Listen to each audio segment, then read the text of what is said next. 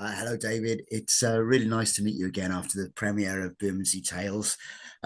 Now, we can't sort of ignore the elephant in the room, which I've got to ask you about, is Terry Cartwright, Jay's dad, the Inbetweeners. I know it's a shadow that looms over and you can't escape it, but we might as well get it out of the way first. It was only a small role, but it's this monstrous man who, I mean, the role is just brilliant. But it reminds me a little bit of like with Ralph Ineson playing Finch in The Office. Small Yeah. role, but everyone remembers it, and it arguably kind of, I would suggest, casts a bit of a shadow over all future roles that you do. Is that what you're finding?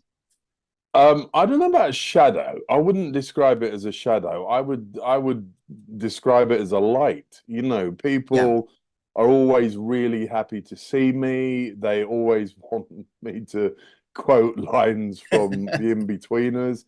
I'm because of, the kind of political climate we live in at the moment and all the awarenesses of the Me Too movement, among other things. I'm actually a little bit dubious sometimes to quote some of these lines, but I think people understand that it was a character I was playing, and some of the dodginess that comes out of his mouth is more of a reflection on him than anybody else. So because I've been very aware of the political climate, when people ask me to quote lines on Cameo and things like that, I'm always a little bit, okay, should I say this line now? yeah, With hindsight, should I yeah, still be yeah, saying this? But I think everyone understands it's a bit of fun. There are a couple of lines that I won't say, but generally speaking, he's a much loved character. The men and their sons often really relate to it and say, he's exactly like my dad. The kind of yeah. Mickey taking element is exactly like my dad, and that's the relationship we have. Because I always say, even though Terry said some pretty near the knuckle things, he loved his son, and it was, a lot of it was a joke. Yeah. And I based the character on various people I've known throughout my life, Really? including some, yeah, including Wow. some well, including some of my uncles on my mum's side, who like to have a laugh and, make jokes. And it's not something that to be honest, when I did it, I just did what came instinctively to me. I had no idea it's going to become such a national phenomenon, so you just play the character that you read in the script, and I had no idea, a bit like when I played Taffy in The Office. Yeah. I had no idea of the phenomenon that this character and the series was going to be. Nobody could ever predict that. Now, So sorry, yeah, go go on. on. No, Go I was on. just going to say I don't consider it a shadow on my career. I think I was blessed to play in two of the best comedies of all Yeah. time. So Yeah. I'm really happy that that happened. Now, you play a very different kind of father in Bermondsey Tales for the Roman Empire. It's a very different father. But so, how did that role come about? Okay, so I think it was in 2020. My agent sent me this script by Michael Head, and it was called Time. And I read the script. There was no punctuation in it at all. Right. My, Michael tends to write stream of consciousness, Yeah. and I think he's a little bit dyslexic as well. So I read this script, and I thought, wow, this is a great character. I really loved the character. Yeah. So I went and had a chat with them, and he asked me to do the part. And then the next thing we know, we're rehearsing, and I was working with Paul Danan, and Dan O'Reilly was in that. That was his stage debut as an actor. Yeah. So that was really fun and eventful rehearsal process. Um, and um, and so we did that. It went down really well. I had a personal tragedy when in the middle of it when my father died. Oh, Uh, yeah. so I still went on stage that night because my dad had been ill for some time, Yeah. and I didn't want to just sit around the night, because he died in the morning, and then that evening I came back and did the play because my sisters said, "Look, we're going to go to the cinema tonight, so you might as well go and do the play." So I did, and we kind of, because of that, and the kind of eventfulness of the rehearsal process, Michael and I really bonded. And then the next thing that we did was called Miss the Kiss, which has now been changed to The Gangster's Kiss. And he said to me, "I've got this really nice little character part called The Oranges, and you're going to be working with Sadie Frost." So I read the script, and it was brilliant. Yeah. This guy was borrowing money off gangsters and never paying them back, and they were, the Oranges were going off partying Yeah. and spending all the money.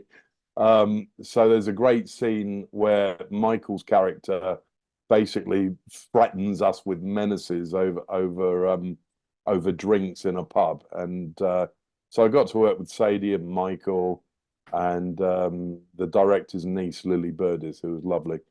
So we did that, and then Michael said that he got the money for Bermondsey Tales. Would I like to play this character Charlie? So I had a read of it, and I thought it was the best character in the film, to be honest. Yeah. I mean, you get some great scenes in it, and there's both ends of the spectrum in terms of emotion that you play, particularly with how manipulative the character Maisie Smith, basically has you over. Yeah. Did you find yourself? I mean, Maisie's, she's a very young actress, and you've been acting for 30 years plus. Did you find yourself quite protective of her on set? I Both, found I both as found you and myself. Sorry, I oh, interrupted you. sorry, Sorry. I was just say both as an actor and as the role that you played to her as well.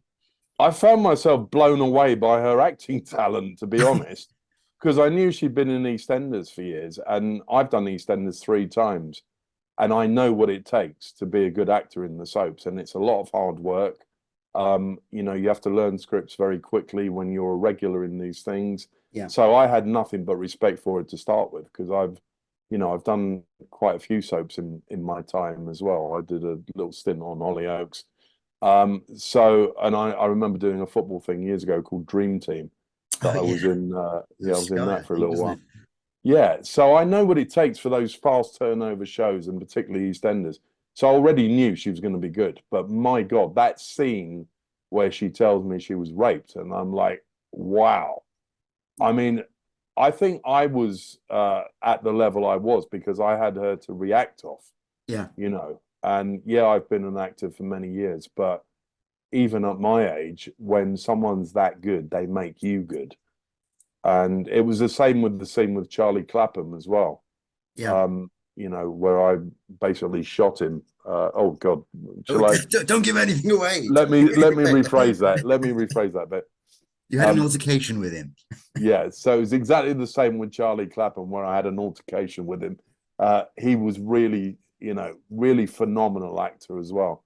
So I thought, yeah, I don't know about feeling protective to Maisie. I think her character was so strong. Yeah, If yeah, anything, I was, as her father, I'm kind of a bit perplexed by her behavior, and and also trying hard to please her. She blames me for her mother's death, which, I admit that I maybe could have been around a bit more, but her mother, my wife, was a drug addict, yeah, basically. yeah. But she blames me for the death of her mother, and unbeknownst to me, she has this kind of hatred for my character. So I mean, it was amazing. I would count that right up there as one of my best days as an actor. That scene that I did with her. Now I just say you mentioned Charlie and Maisie. Obviously, there's a great cast in there. As much sort of well-known names, if not well-known faces, if not names.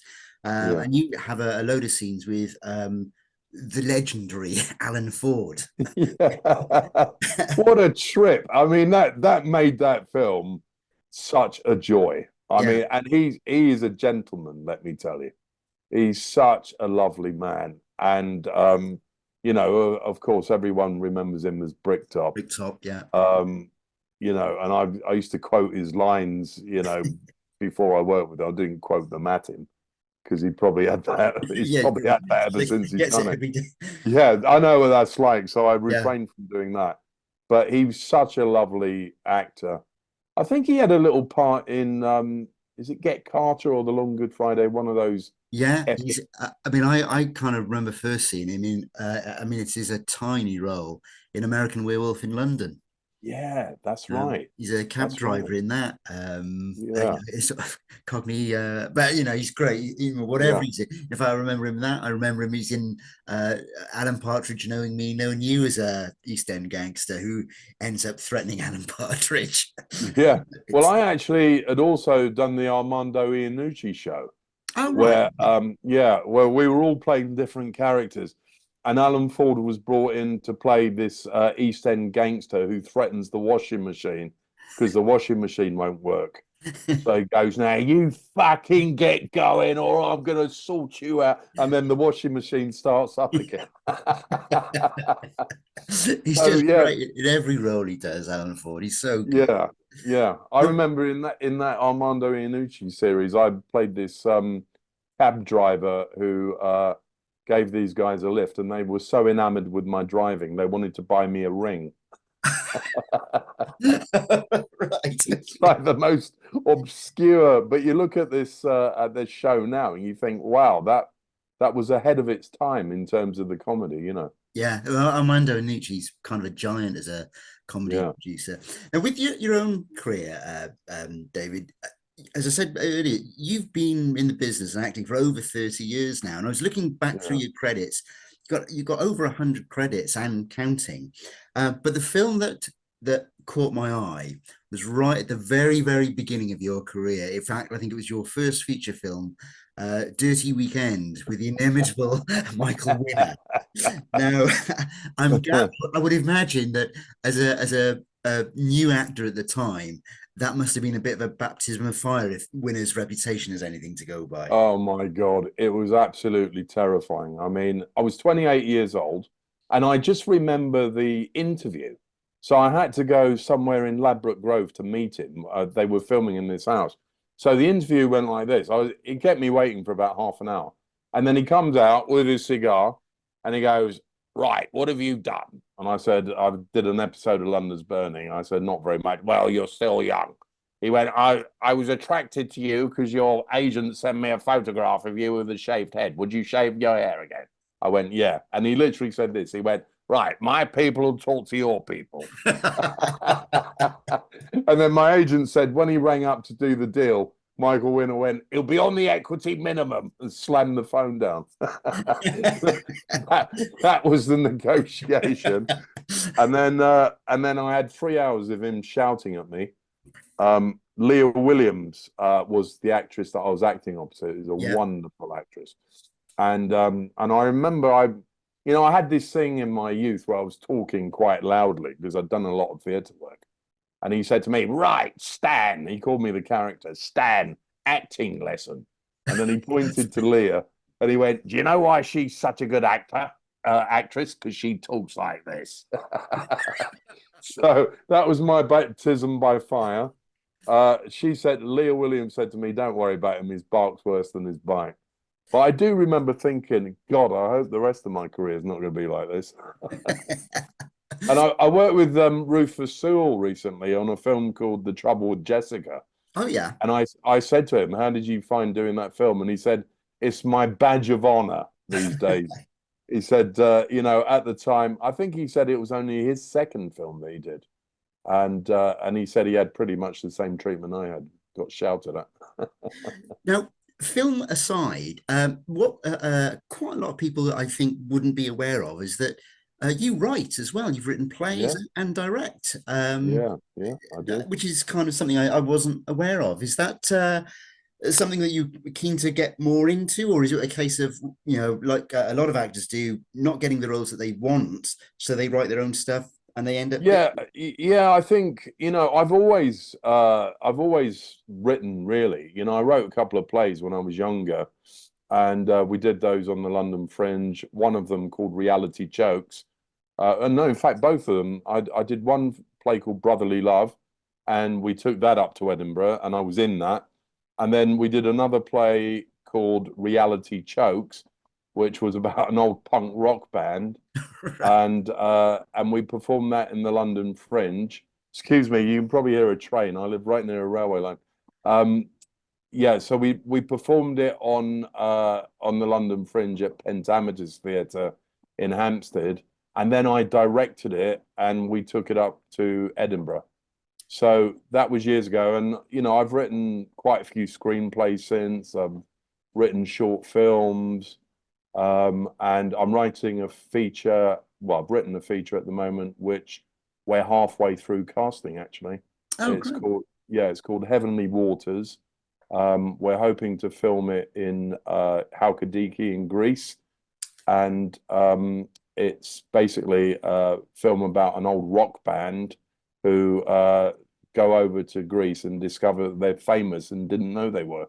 Oh, right. So yeah, so we've got two big name actors attached to it at the moment.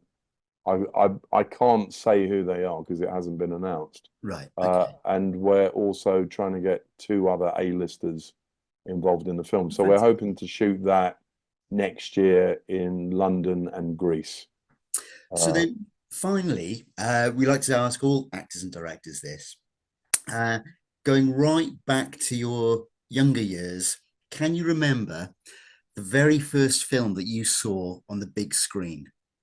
The very first film, I think it was some terrible thing that Cliff Richard was in called Take Me High.